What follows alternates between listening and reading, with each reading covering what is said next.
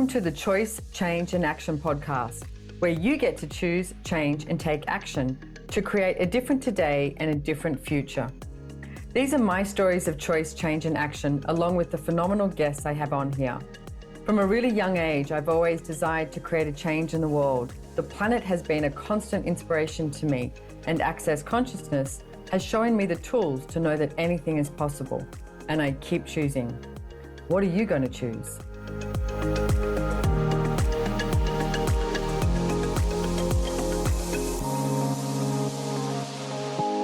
Hello, everybody. Welcome to the Choice, Change and Action podcast. So you are with me, your host, Simone Milasas, and I am recording this from my home in Peregian Beach, and it's freezing. It's so cold. It's like, what the hell? Did I just wake up in Melbourne or Canada? Like, it's cold. So I am heading off to Americas next week, which I'm very much looking forward to getting into the heat because I function way better in heat than cold. If I'm cold, I think I want to be skiing. That's the only thing you should be doing. And I have Brendon Watt here, who you are in Houston, Texas at the moment, correct?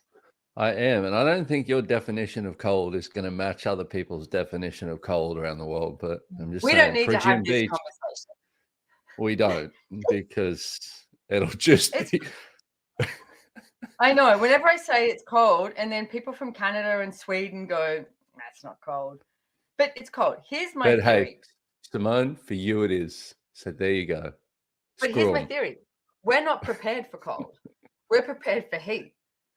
You know, like when you're in Europe and they have a heat wave and they're all like, oh my God, and they're freaking out. We're prepared for that. We've got air conditioning, the way the houses are designed. It gets cold here and we all go, what do we do? I mean, most of the time I'm walking around in summer clothes with doors open, complaining I'm freezing. And then I'm like, oh, hang on a second. I could put a sweater on. I could shut the doors. You do have a fireplace too, a very exquisite fireplace. So it's like, I think you're good. Okay, this is a distinct. You're laughing at me, not with me, Brendon Watt. This is where a man should be quiet, and I'm going to shut up. There you go. Oh dear Lord. Okay. Anyway, we've done enough chit chat about the weather. Let's get into it. So Brendon Watt is a facilitator of Access Consciousness, and if you want to know more about him, all of his details will be in the subscription notes for the podcast as well, where you can find him and his, handle, Instagram, all that sort of stuff, website. And I've known Brendon for, how long have I known you for? A long time. 13 years. 19, 12, 10.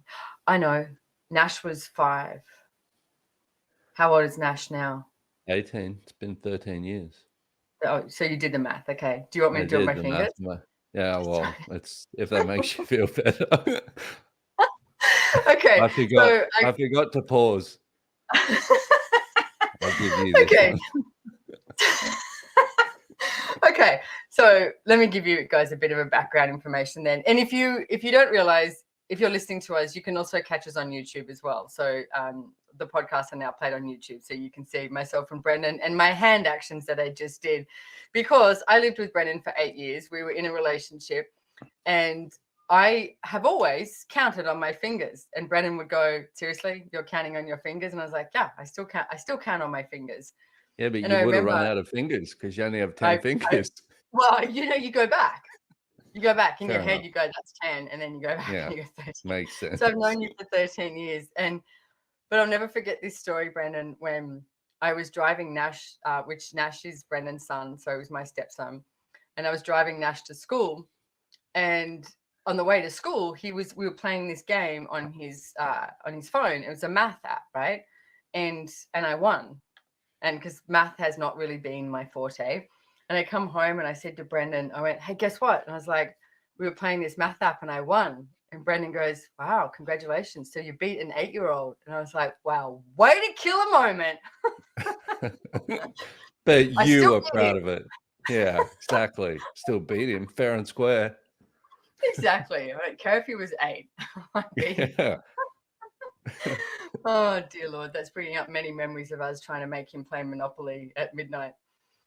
And he's like, can I go to bed? No, we're still playing Monopoly. A little bit competitive.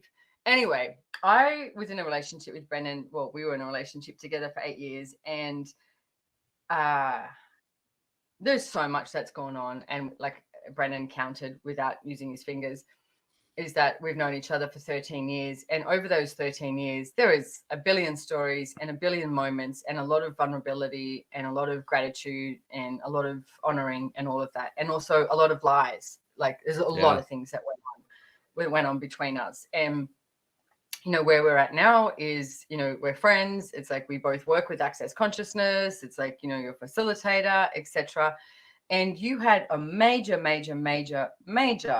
not to make it really significant, add one more major moment.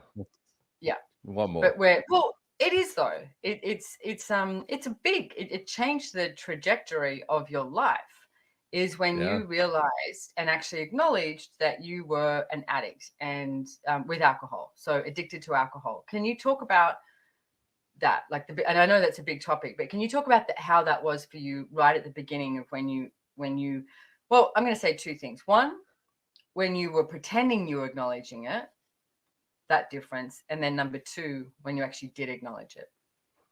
Yeah. Well, when I was pretending to acknowledge it, I remember a conversation with Gary, and it came Gary up after Douglas, founder of Access Consciousness, by the way. Gary Douglas, and it came up after I was drinking for this event that we had, you know, and I was basically trying to hide it, you know, and at that point it was getting really bad. And I had a conversation with him the next day, and he was talking to me about being an alcoholic, and I just couldn't hear it. And I remember that word just hitting me like knives. And, you know, and I had a chat with him, and he was like, you know, what does it mean to you? And what I got to was this weakness. But at that point, this was very early days. This was probably 18 months still before I wanted to really do anything about it. And so it became a lot worse from that point forward until I actually chose to make a big change, because a lot more lying was there, a lot more secrets, a lot more hiding it, a lot more,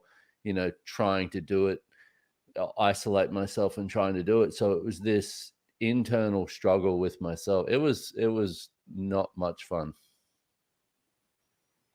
So I'm going to say there was a moment in Europe, when you're in Europe, and you did go to your first place for rehab in Italy.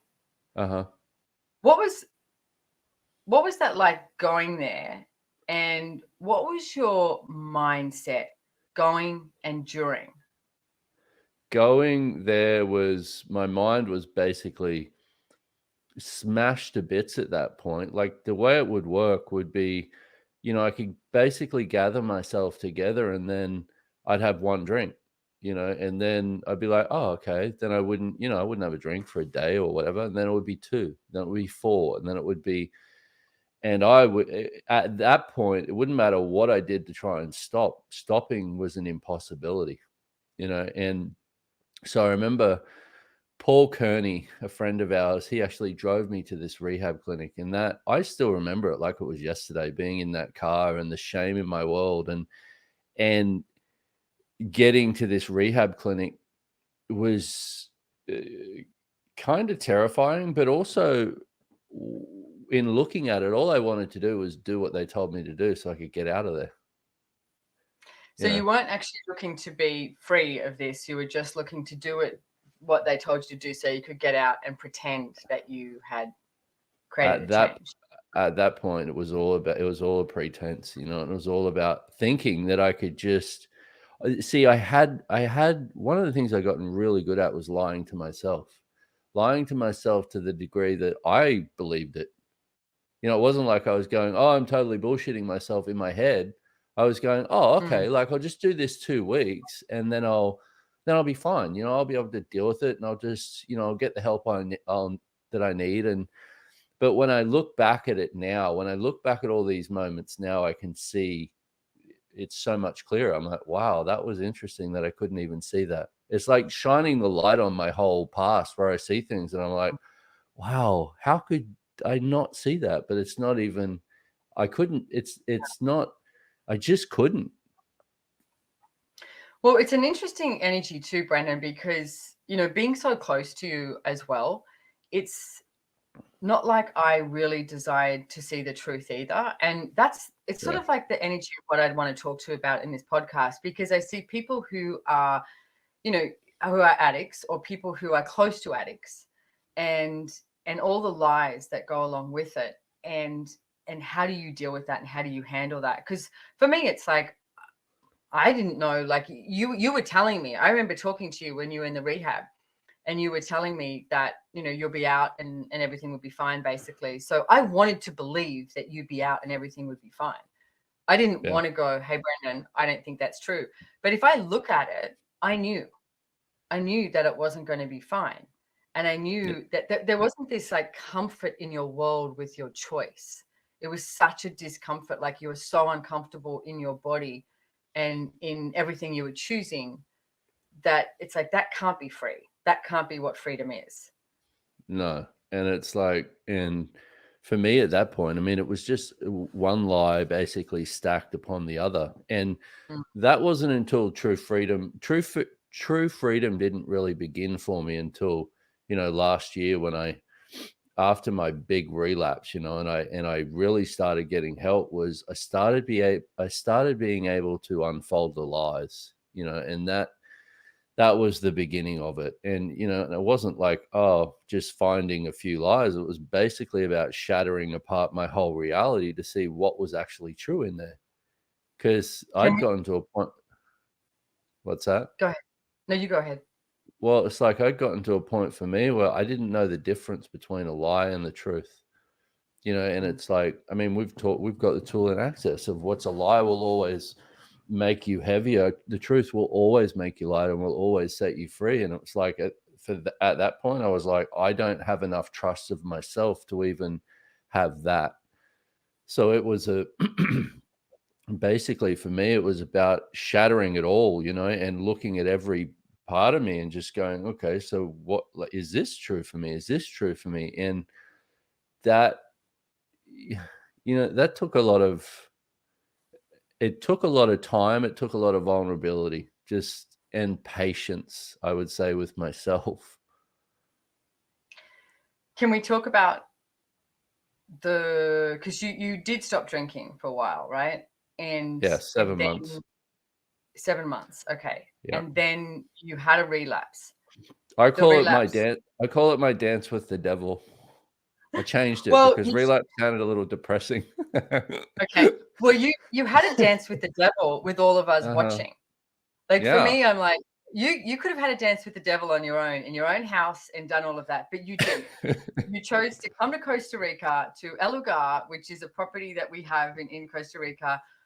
I was there, Gary was there, Dane was there, your sister was there, Claudia, who is a friend of ours who manages the place, was there. So every single time you're ordering alcohol, they tell her. So it was like, talk about having a dance with the devil whilst going, hey, is everybody tuning in? Is everybody watching? Like, what are you guys going to do? And we were all there, and it was so not the easiest thing to be there with you. And can I talk about that? Like, with you can talk about whatever I don't have any secrets with this. Well, there was one night when we were staying there too, and I just had this, I don't know if I've told you this part. I've just had this really like horrifying dream that you fell off the balcony and that you died, right? And it was so interesting to be torn between allowing someone to choose what they choose, because it is your choice, and where do you step in and where do you sort of say, hey, can I help or whatever? But if someone's not asking for that, and you definitely were not asking for help at that stage, you somewhere in your world, I guess you were, but you weren't verbally asking us for help at all. And I knew that you had, I didn't even remember what drugs they were. What were the drugs that we got from Mexico? Xanax. Xanax. And it was for somebody else, this Xanax, but you had them on you to give to this person for their parents, stupidity on doing that, like to an addict. And anyway, I knew that you had them, and I sort of knew that you were going further than what you usually would have done. And so I remember going to your room, and I stood there in your room and I said, hey, can I get the Xanax off you? And you said, no, I'm keeping it as a backup. And I'll never forget standing there and you're lying in bed and you were so out of it. And I was looking at you and I was like, what the fuck do I do? And I went, hey, Brendon, I said, what's your backup? And you went, I don't know, but I'm keeping them as a backup. And I said, will you please give them to me? And I knew for me, I was like, I'm not going to leave this room until I get them. And you weren't playing well with me, like with it. And so I stood there and I, tried to talk to you and I put my hand on your leg and just tried to be really calm with you. And then I asked you again and you said no. And then I stood there and I was like, wow, what is it's going to make him give them to me? And so I eventually asked you, and I don't know if you remember this, I said, will you please give them to me for you, Brendon? Not for me, for you. And it was that moment and you looked at me and you went, okay. And then you went and got them and gave them to me. And I'm so grateful that I went there and that I chose that and that you gave them to me, because I'm not so sure that you would be alive today. And I guess that's your choice as well. And I get that. And it was such a moment of, I don't know, like power, like the potency of a choice that one makes and then how you can choose to change it. And like I said before, it truly changes the trajectory of your life. And I know when you left Costa Rica, you came home and you told me this story about how you could have kept drinking. And I think you went to walk down to the shop to get a bottle of something and it was closed. No, I did. I went and I had a bottle of wine that night and I knew I was stopping tomorrow. I knew that it was, I That's knew like a that diet. was, I'm just going to eat this pizza I tonight was like, because I'm going to start a diet tomorrow. well, it's, for an alcoholic, come down from alcohol is one of the most torturous things you'll ever go through, and it's like, and I cannot even describe it to somebody who hasn't been through it, but it's like the insanity and the stuff that comes up with that is full on, but I remember sitting there, I was on the phone to this rehab clinic in Florida. I was talking to this guy and he's dealt with alcoholics for his whole career. He knows how to talk to them. He knows what's going on. Basically he knows that anything that comes out of an active alcoholic's mouth is pretty much lies. And, but it was interesting, I had this conversation with him and at the time it was going to cost more than I could afford. So I went, you know what, I'm going to go to AA and I'm going to start these meetings and I'm going to see if I can do this on my own, but actually do it, And this guy actually called me for probably 6 months every few days and just checked in on me. And, I had a lot of people like that who would just be like, hey, how's it going? You're still sober, you're still going.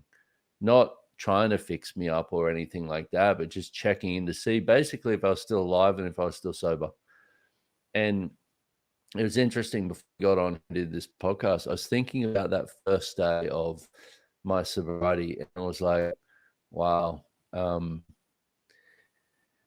If I would have even tried to get to where I am right now, or tried to imagine how I'm going to get there, or tried to imagine what it's going to take to get to where I am right now, I would have given up.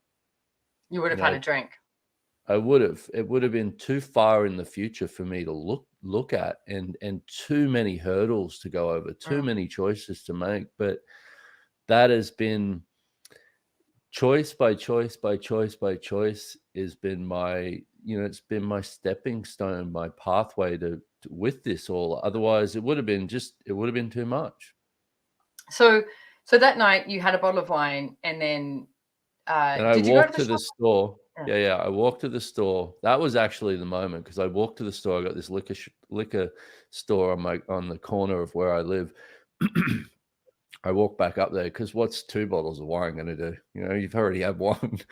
What's another one? And so I walked up there and they just closed. And I've got a supermarket straight across the road. I could have crossed the road and gone to the supermarket. And I stood there, and it was just that moment. I stood there and went, no, I'm done. That's it. Now I'm getting help. And I remember that moment so well, because it was basically another one of those choices where I talked myself into tonight's the last night, but you add alcohol to the system, it's not ever the last moment until you choose it. And so I remember that moment, and I walked home and that was it. I got up the next morning and went to AA and went to meeting after meeting after meeting, and I began. I love it. That's not ever the last moment until you choose it. And I get we all have these moments of where you do choose something different and you go, I'm done. So when you said like that first, what was that first day in AA like for you? Because what I'd like to get to as well, hell. Did you say one word? We're doing one word answers. Will you extrapolate on that, please? It was just hell. So what was hell about it? I would say all the pain in my world, everything that I didn't want to be present with, everything I used alcohol to get away from. It's like it just went, here, I'm here to take you backwards into it if you want. And, so that was all there. I remember the first meeting, 11 a.m. meeting, and, and I showed up there and people welcomed me and stuff like that. We started the meeting, and I think a few minutes into the meeting, they call you out, and it's, hi, my name is Brendon. I'm an alcoholic. And, and then you share. And for those first day. So you say, and it's my first day. My first day. This is my first day of sobriety, and everyone in the room kind of welcomes you and stuff like that. But for the first month, I got called on every meeting that I was in. And every single time I got called, I sat there and I sobbed, and I just did. I couldn't hold it in anymore, and I knew one of the conversations I had with Gary Douglas in the early stages was, he said, look, you're going to have to do this on your own. And for me, that was terrifying, because for me, it was always like, show me, someone give me some answer, someone. And I've always been good at that, always been good at this, showing weakness in the perfect moment that somebody else would take charge of my life. And things like that were things that I started really spotting about myself. Like I could tell you 20 things easily that I'd created as total coping mechanisms, but also ways to control others around me to create my life for me, that it's taken me a long time to have the kindness with myself to actually go, oh, okay, like that, having allowance for that, and also being present with something like that and changing it, rather than being like, oh, I don't do that, but that's what I did my whole life. I would control, I would create myself as something so that other people would take charge. Well, that's what so much of our relationship was as well. I became a stepmom. It's like, not to me. You weren't my stepmom. Got a little kinky there. No, your son's stepmom, but chose so many things that, and for me, who has always liked controlling so many situations, it was perfect, because I'm like, all of a sudden I can now control this situation. And, but it's very interesting being with someone who's an addict, because, and I wanted to touch on this in the podcast too, because we were having a chat the other day, and, I didn't want to acknowledge that at all. And there's certain moments, like I was telling the story about how, I used to drink Jim Beam and Coke, bourbon and Coke. And, for years when I was younger. And then I thought, oh, I think I might buy a bottle of Jim Beam so I can have a couple of Jim Beam and Cokes, And I remember the bottle being gone. And I think I'd had 1 or 2 drinks from it. And I was like, for me, a bottle of Jim Beam lasts a really long time. And it was gone. So I bought another bottle. And I remember after about 4 or 5 bottles, I went, oh, this is not good. Like how quickly this bottle of Jim Beam is going. But didn't really either want to acknowledge anything, because I wanted to see you in a certain way. And I don't get that is the greatest gift, that if you're living with an addict, that you can be for them. Because I wanted to push it under the carpet just as much as you wanted to push it under the carpet. So if you came up with a lie in a story, I was so quick to believe the lie in the story, because I wanted to see you as I knew that you could be, or that you were, how I saw you, but not perceive all the other stuff about being an addict. And I think Well, yeah. yeah. And that thing that you said about you didn't want to acknowledge it, I don't think you could acknowledge it, and at that point it's like, and I think we can all relate to this, when you have an image of somebody, you can't see anything that doesn't match that image of them. And so for me, I had an image of myself, you had an image of me, I had an image of you, and it's like, so but also for an addict and for an alcoholic, as myself, and definitely an active one then, was you're very good at getting people to see you the way you need them to get to see you. That was one of the hardest things I actually had to acknowledge, was that I'd chosen all of that. It wasn't just, oh, I was just on autopilot and I can blame it all on alcoholism. The hardest thing for me, and has been in my sobriety, was recognizing that I chose all of it. May not have been from this cognitive thing, but it was still my choice, and I was actually another conversation with Gary Douglas. I'll bring him up a lot because he says one thing and I'm like, oh man, like it just speaks a universe to me. But he said, I was talking to him about receiving, and this was only a couple of weeks ago. And I said, you know what, I wouldn't receive. And I was talking about the caring from him. And he said, it wasn't that you wouldn't receive it, you couldn't. And when he said that, I went, oh man, like, because even that, I was still trying to find a way to make myself wrong. There was nowhere in my world where I could have received the gift that he was trying to be in my life, when I couldn't be that for me at all. So you'd say that's why that you couldn't receive it, is because you weren't willing to be that for you first? Yeah. Yeah. And, it's like, I mean, I remember in the early days, and this went on, I just got better at hiding it from myself. I always thought, what are these guys looking at? You, Gary, Dane. I'd be like, you guys are fucking nuts. Who are you looking at? I remember when I got chosen to facilitate COPs, and I mean, one thing I will acknowledge is I was good at that. But still had all this thing in my world of, like, what are you looking at? And so I was trying to prove that I was the person that you guys saw me as, which meant I had to judge what you were seeing me as, so that I could be this person that I judged as. It was this endless thing. And it was never about me being me. It was never about receiving at all.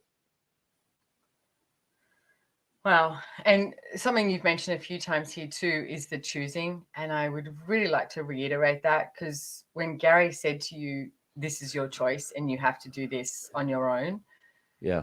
most people would look at that as something that's harsh. And for me, I know when you have gone through all of this, I went to, oh, what should I be doing, or what support should I be doing? Because I get that there is such a freedom in saying, hey, this person actually has to be there for themselves and they have to choose that. Yeah.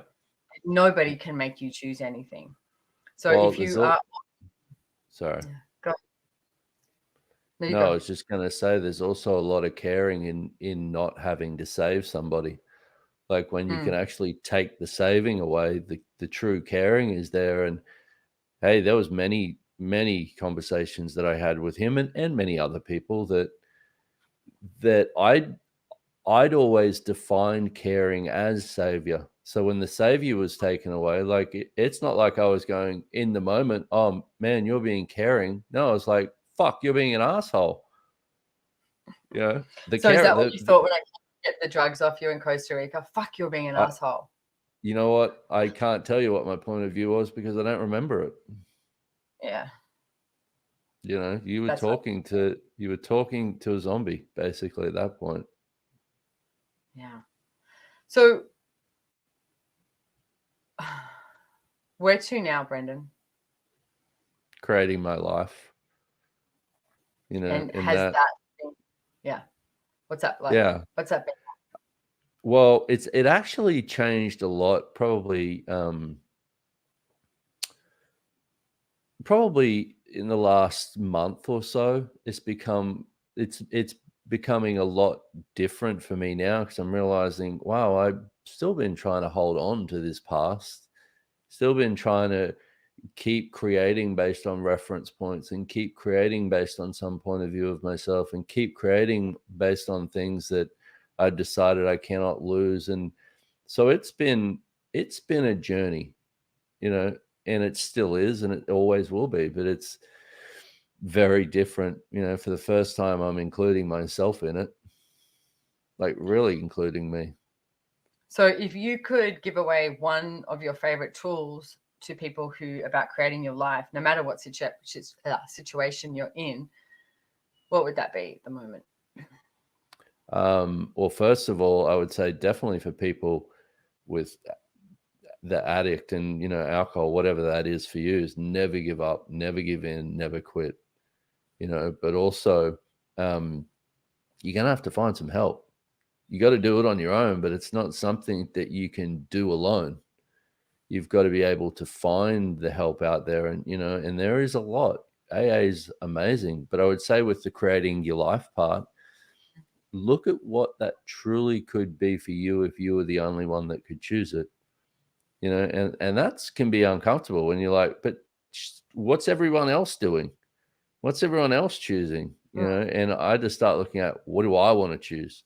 Not what's going to be good for Access, not what's going to be good for all the people in my life, not what's going to look good, not what's going to create the good image, what did I come here to be? Yeah. What lights my world up? What kind of melts me into this lightness, and this just somebody who likes themselves. That's been the thing actually that's been changing for me, is I'm actually beginning to really like who I am, because I'm not a total asshole all the time. It's like, it's, you got to find what that path is for you, and you got to have the courage to take it. The other thing too is recognizing, and I know this for me, is if I'm actually, another thing Gary Douglas said to me, that this was a couple of years ago, and I was struggling at that point, and he said, you know what, if you started choosing towards what was true for you, if you started creating a life that was true for you, your life would take off in ways that you cannot imagine. And at that point, I couldn't hear it, but now I use that as kind of a guide for myself, recognizing that when I'm being true to me, the universe is an abundant place that will be gifting to me possibilities. But when I'm not, the walls come up, the stops are there. And it's, I would say, for me, one of the greatest gifts you can give yourself is honesty with you. And so that's, when you've lied to yourself your whole life, I'm not going to say that's just a quick fit. That's just a quick thing you step into. That's taken me, and still now, it's still a journey with that, but it's becoming really difficult for me to lie to myself. So Also being true to you. And I love that tool that you gave too. And I'm going to say in any area of your life, when something's showing up, choose what's true for you. Don't try and choose based on what everybody else would like you to choose. And there's a lot of people I've been talking to recently, Brendon, who are just really enjoying their life, like including myself. And that is so possible. And as you have said, you have to start looking at what actually works for you, not works for others. So yeah, we could talk about so many different things here on this podcast and keep going. And we are at the end of the time here.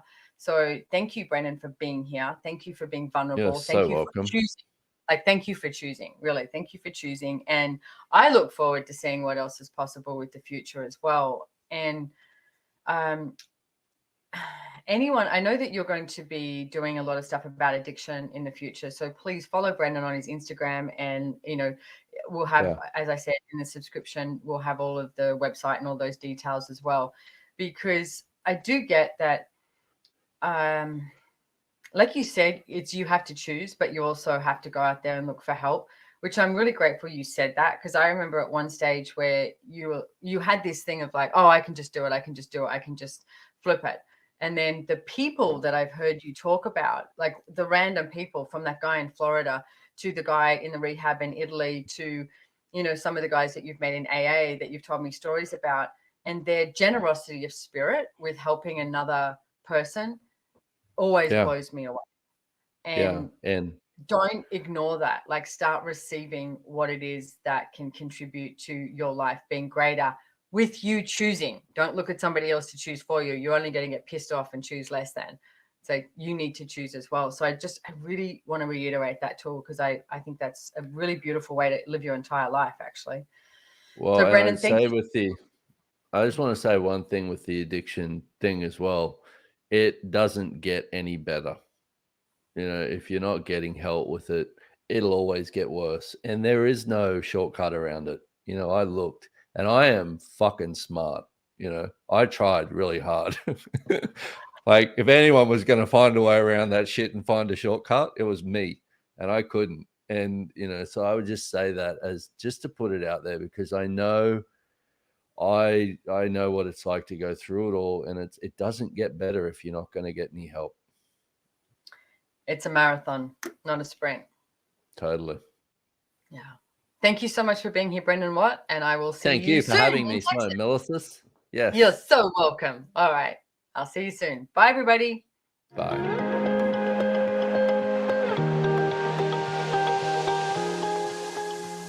If you enjoyed this podcast, please make sure to hit the follow or subscribe button on your favorite listening platform to get notified of new episodes. We read all the reviews, so if there's any topic you would like to hear about, let us know. If you'd like to know more about the tools, information, and classes mentioned in the podcast, head on over to SimoneMilasas.com and follow me on Instagram at Simone Milasas, or the podcast has its very own link on Instagram at Choice, Change, and Action. Don't forget, you can download the show notes, and lastly, have way too much fun today.